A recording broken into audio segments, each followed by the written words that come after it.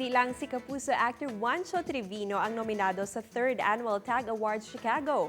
Kabahin man sa mga natagan sang pion bangod sa ila acting ang co-star sini sa Maria Clara at Ibara nga sanday Barbie Forteza kag Julie Ann San Jose. Nominado sa pagka-Best Actress si Barbie, samtang nominado naman sa pagka-Best Supporting Actress si Julie. 80% sang scores awards ang magahalin sa jury, samtang 20% naman ang boto sang fans. Yari naman ang mga dapat bantayan sa high rating at GMA Historical Portal Fantasy Series nga Maria Clara at Ibara. Magakabalaka si Maria Clara sa palabuton nga blood moon o kun lunar eclipse. Tabangan naman ni Ibara si Sisa. Si Klay, tayuyo na gidbala nga magabiya sa No Limitangere.